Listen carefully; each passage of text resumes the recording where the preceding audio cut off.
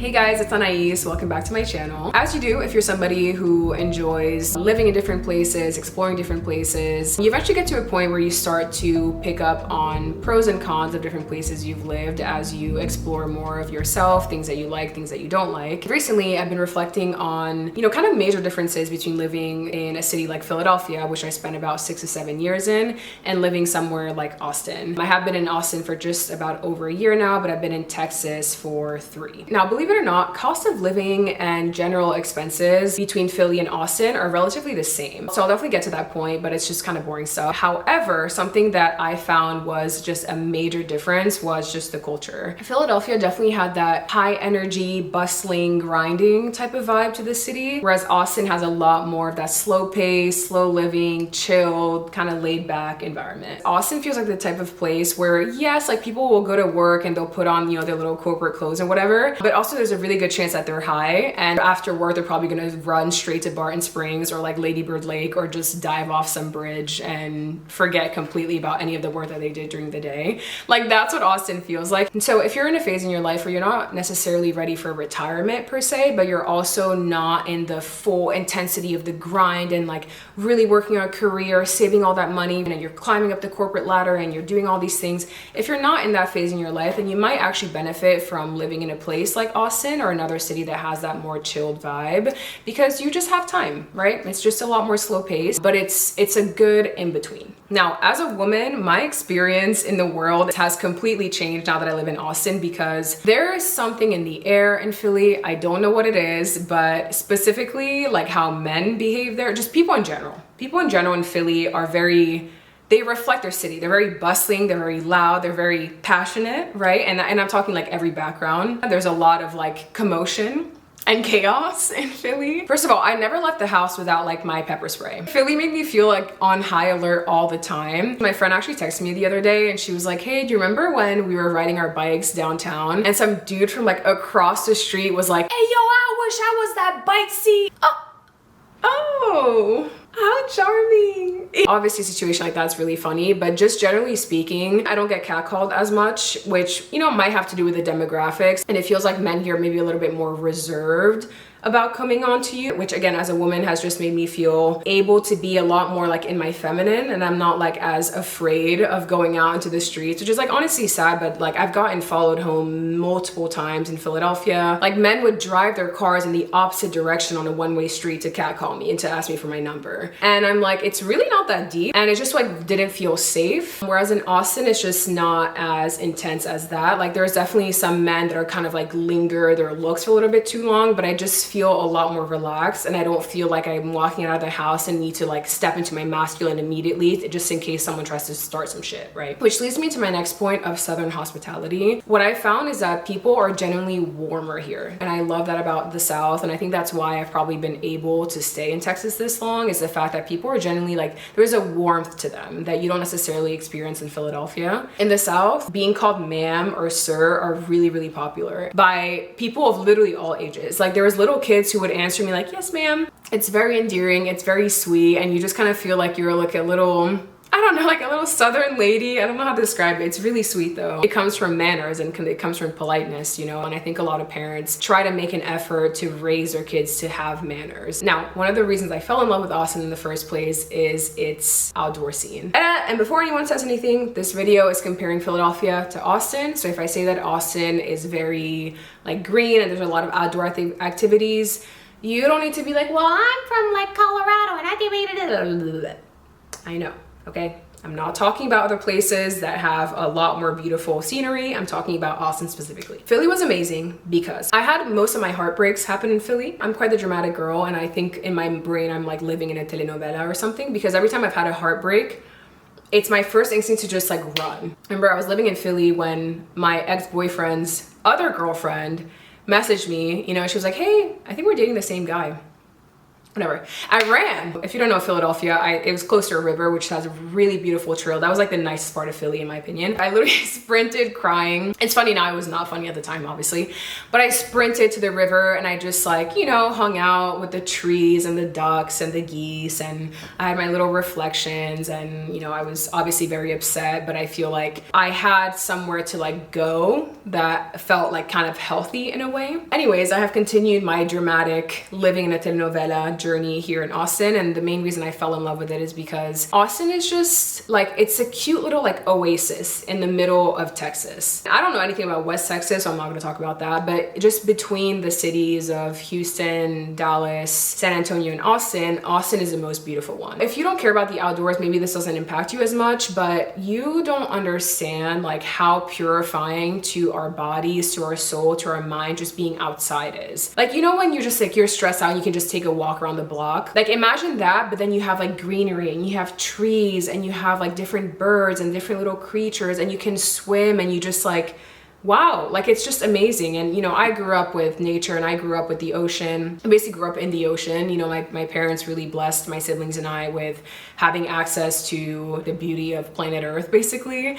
And I will never take that for granted. And it's something that is so embedded deeply into who I am as a person. But the one nice thing about Philly is that, you know, it kind of had that I was able to roller skate along the river and I was able to roller skate along the path and go for a jog and take nice walks there. The city itself was pretty walkable, which I love that about Philly. Then moving to Dallas, I did not have that at all. Now that I'm in Austin, you know, there's parks that you can go to if you want to play volleyball, if you want to pass the ball around with your friends, if you just want to go and listen to free music, there's a lot of that. There's green spaces to picnic. You can just go tan out with a bathing suit if you want. There's a lot of natural swimming holes, natural swimming pools.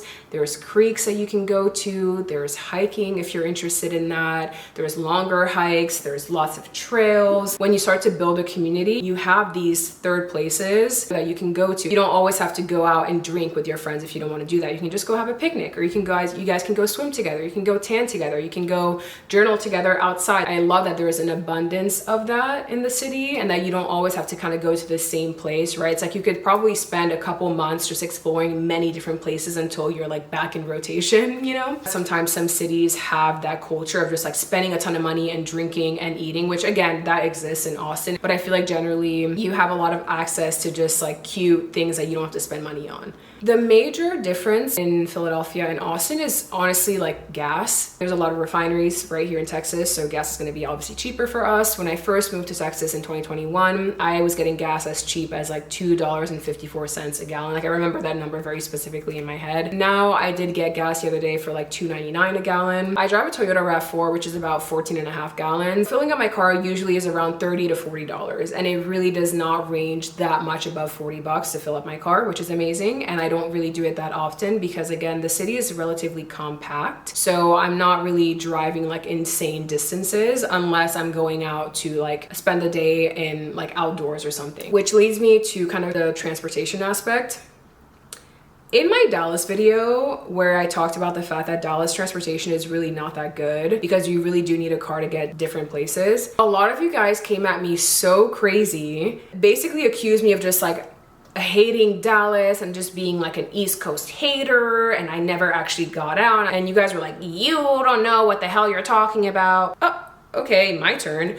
You have evidently never left Texas, and you probably don't actually know what a good public transportation system is like, because if you had, then you would know that Dallas is shit. The nice part about Austin is that the bus system does work pretty well, at least from people that I've spoken to. I do have a car, but if you are in the downtown area, you can actually get out of downtown relatively easily with the bus. Uber is obviously Lyft, but there is also a lot of electric scooters and a lot of electric bikes, and so you'll see a lot of people on those and using those for transportation. And yes, a lot of people hate them. You're not allowed to technically ride the e-scooters on the sidewalk, so you have to ride them on the roads. And if y'all know anything about Texas Texas drivers, they are not the most patient or the nicest, so that kind of gets in the way sometimes. It's probably not going to be perfect, but I think you could probably get around Austin without a car. The only thing I find that's a little bit different is maybe kind of like casual street food or drinks you can find for cheaper here. Whereas in Philly, there's a little bit more of that like high upscale type of drinking vibe. Whereas here in Austin, I feel like prices can be a little bit more reasonable. But then again, the city's growing, so some places definitely have outrageous prices. I wish I could offer a lot more in terms of the job market, but as you guys may or may not know, I actually quit the corporate world. However, I have kept an eye on LinkedIn and Indeed. A lot of companies are growing here as well and looking for employees.